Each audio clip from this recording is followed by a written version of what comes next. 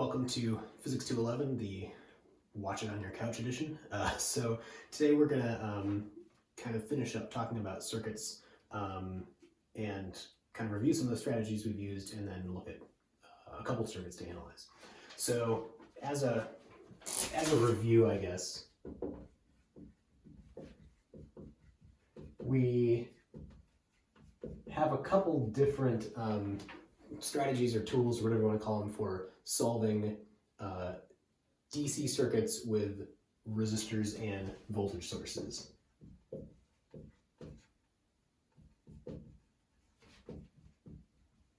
So not including capacitors, although as you will learn in more advanced class, a lot of these ideas apply to capacitor circuits as well. So for each resistor, we know that Ohm's law is true.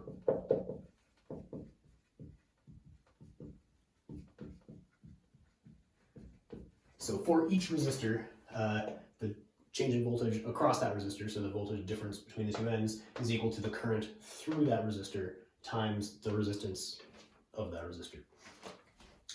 We also saw that we can combine resistors into equivalent resistances.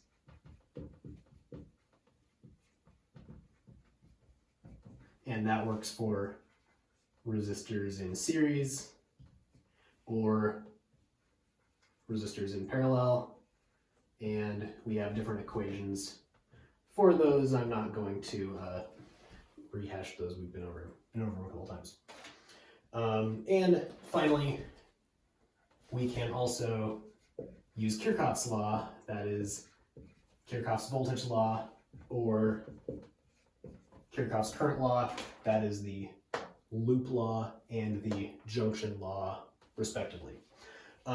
So these are kind of in order from maybe easiest to hardest. If there's a circuit you can just look at and solve Ohm's law in your head, that's the easiest thing to do. The next easiest thing to do is going to be to combine some resistors to turn it into a circuit that's easy enough to just look at and use Ohm's law. And barring that, you might have to use Kirchhoff's laws. These inevitably get you a system of equations.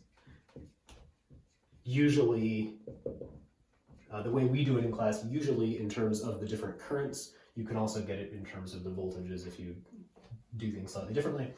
And the system of equations might be really easy to solve, might be really hard to solve. It's at least linear, so you can use matrix kind of tools to solve it. Solving that system of equations is not something that is going to be important to me that you do on a test. So however you solve a system of equations on your homework is up to you. If you want to do it by hand, that's great. If you want to have Mathematica do it for you, that's great too. Yeah, so I think that's all I have to say about these strategies. So let's use these on a kind of harder resistor circuit. I wanted everybody to see one, good hard example walked through. We did one in activity, I think, but we can do it during lecture now. Okay, so this problem is 31.64. So I think I did not assign this one for your homework, although I may have done so in the past in other classes. I don't remember. So the circuit looks like this. We have a voltage source and a resistor and another resistor and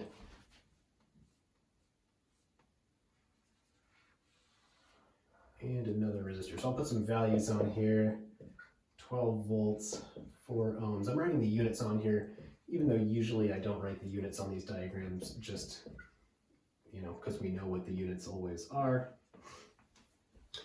And so our goal is to find, let's do a little switch in colors here. So our goal is to find the power dissipated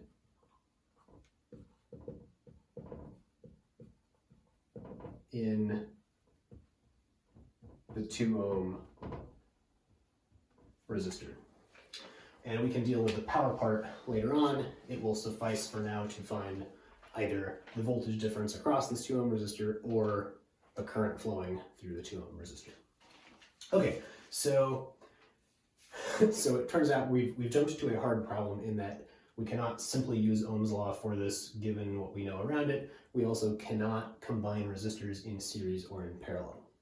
I will show you why that is right now. So you might look at the 2 ohm and 4 ohm and be like, oh, maybe those are in parallel. Well, for resistors to be in parallel, both ends need to be connected by only wires, nothing in between them. So here, this end of the 2 is connected by a wire.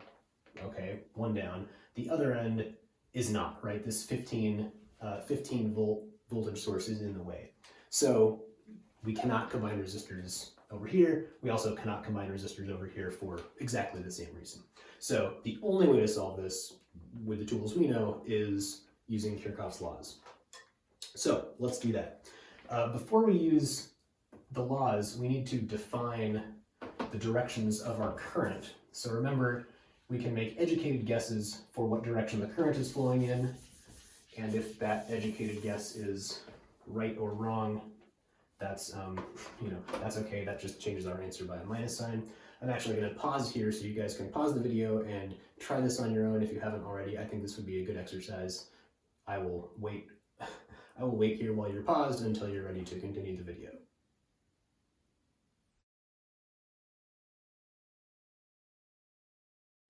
Okay, well, hopefully that went well for you.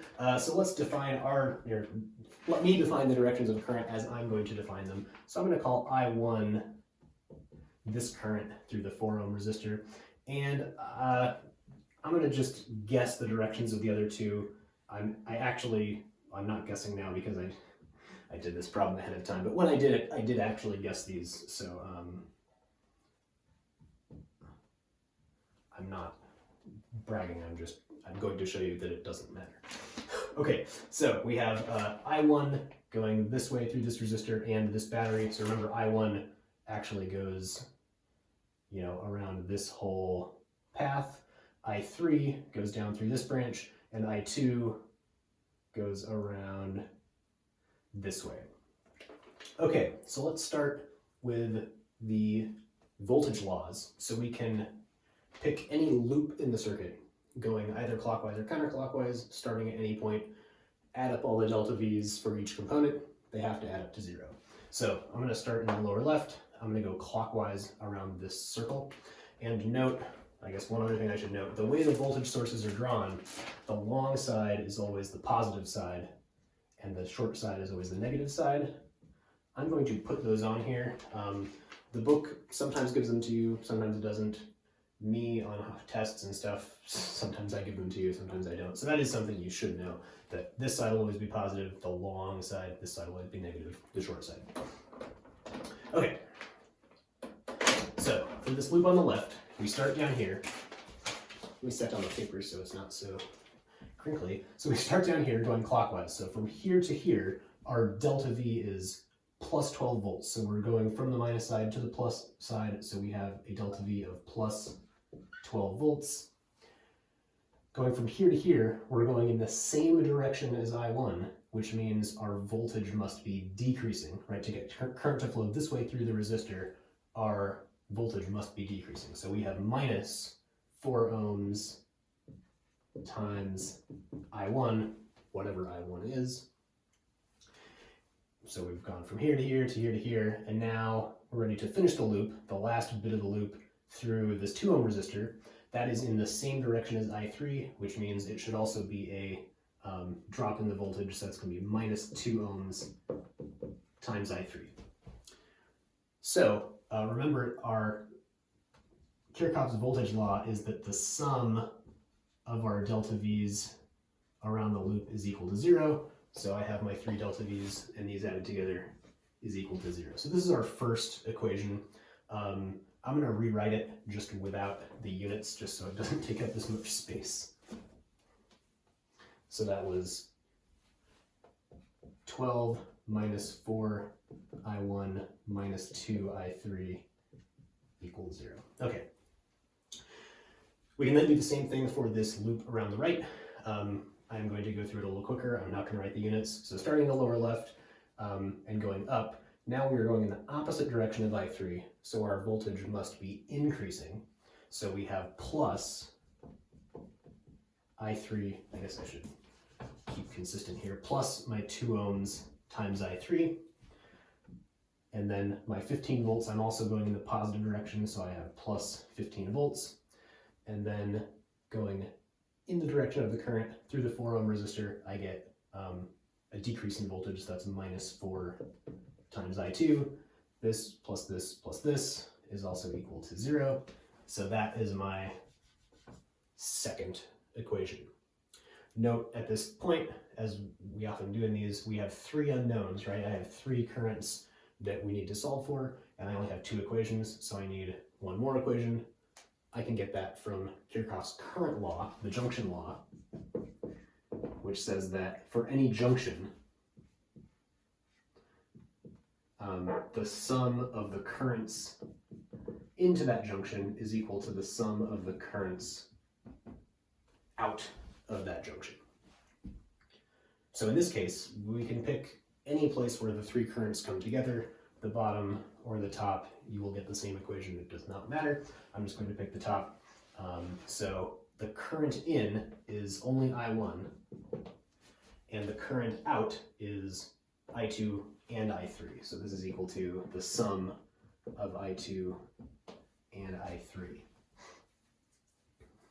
Okay, so we have 1, 2, 3 equations, 3 unknowns.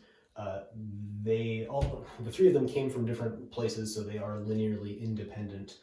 If we did something like get our third equation from this loop around the outside, we would find that that is linearly dependent with these 2 equations, and we would not be able to solve that system. But what we have is solvable, and I'm going to do it by hand just because we can, I guess. So this equation on the left, 12 minus 4I1 minus 2I3, I can solve this for I1 in terms of I3, right? So if I do that, I get I1 is equal to, so I would have to add 4I1 to the other side and then divide by 4. So that's going to give me 12 over 4 minus 2 over 4 I3. So that is 3 minus 1/2 I3. Gotta separate our, this, I'm dealing with kind of a limited whiteboard space, even, so, and even when I have giant chalkboards, I'm not great with space management, so this is going to be an adventure for everybody. Okay, this equation, I can do something similar. I can solve for I2 in terms of I3. So doing that, if I add plus 4I2 to the other, plus 4I2 to the other side, and then divide that by 4, I get I2 equals 2 over 4 times I3, so that's 1/2 I3 plus 15 over 4, 15 fourths, which is 3.75. Okay, I don't want to erase this circuit, so I'm going to erase other stuff like these 2 equations. So I've turned this equation into this, I've turned this equation into this, which means we don't need these anymore. Okay, so now we're ready for the actual solving. With this current law equation, I1 equals I2 plus I3. Well, I can erase this stuff too. Yes, all coming together now.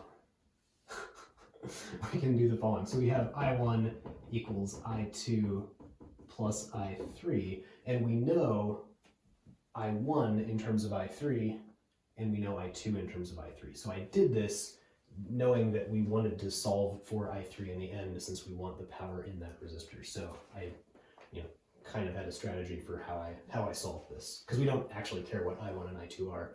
They're not part of the needed answer to the problem. Anyway, so I1 is equal to 3 minus 1/2 I3. So I'm going to plug that in. I'm going to plug I1 and I2 as we have them here and here, or sorry, here and here into this equation. So I get I1, 3 minus 1/2 I3 equals I2, that is 1/2 I3 plus 3.75 plus I3, right? Because that's what's left. So now I have an equation that's only in terms of I3, and I can solve it. And in fact, I can erase all of the rest of this. So we'll solve this really quickly. So if I add this to the other side, I get a half plus a half is 1. So I get I3 plus 3.75 plus another I3. So I'll just put a 2 in front of that. And subtract 3.75, I get minus 0.75 equals 2 times I3. So I3 is equal to minus 0.75 over 2, which equals minus 0.375, which is 3/8 of an amp. Yeah, so we also have units on this. Since everything was in volts and ohms, we get amps for the current. So the minus sign here, notice that that is not a big deal. All that means is when I drew this direction for I3, I was wrong, and it is, it is a negative current in this downward direction, which means the actual direction of current flow is upward. It turns out in this problem it totally doesn't matter because the power does not care which way the current is flowing, but in case we had to find something else about the circuit, the current is in the upward direction. Okay, so lastly, I want to find the power dissipated in this 2 ohm resistor. The power dissipated in, it's supposed to be a P. The power dissipated in any component is equal to the current times the voltage. I should say the power in or out of any component is the current times the voltage. And for a resistor, this is also, for a resistor we can plug in for I or plug in for V in terms of the other one. So we get I squared R or V squared over R. It turns out in this case we have the current, so we might as well use the I squared R equation. And now we are basically done. This is equal to 0.375 squared times 2, and amps squared times ohms gives us watts. So this is equal to 0.281 watts, or about 300 milliwatts of power if we round to 1 sig. All right, so this is a pretty involved example. Like I said, on a test, I wouldn't make you solve a system of equations quite that bad. I might ask you to write down that system of equations and show me that you know how to get it. But problems like this are definitely good practice for using Kirchhoff's laws, thinking about what's going on in these circuits. And if you want, you could go further in this problem and find the voltage and current for that resistor and the voltage and current for that resistor, and see if you can solve every piece of it, since you should know enough information to be able to do that.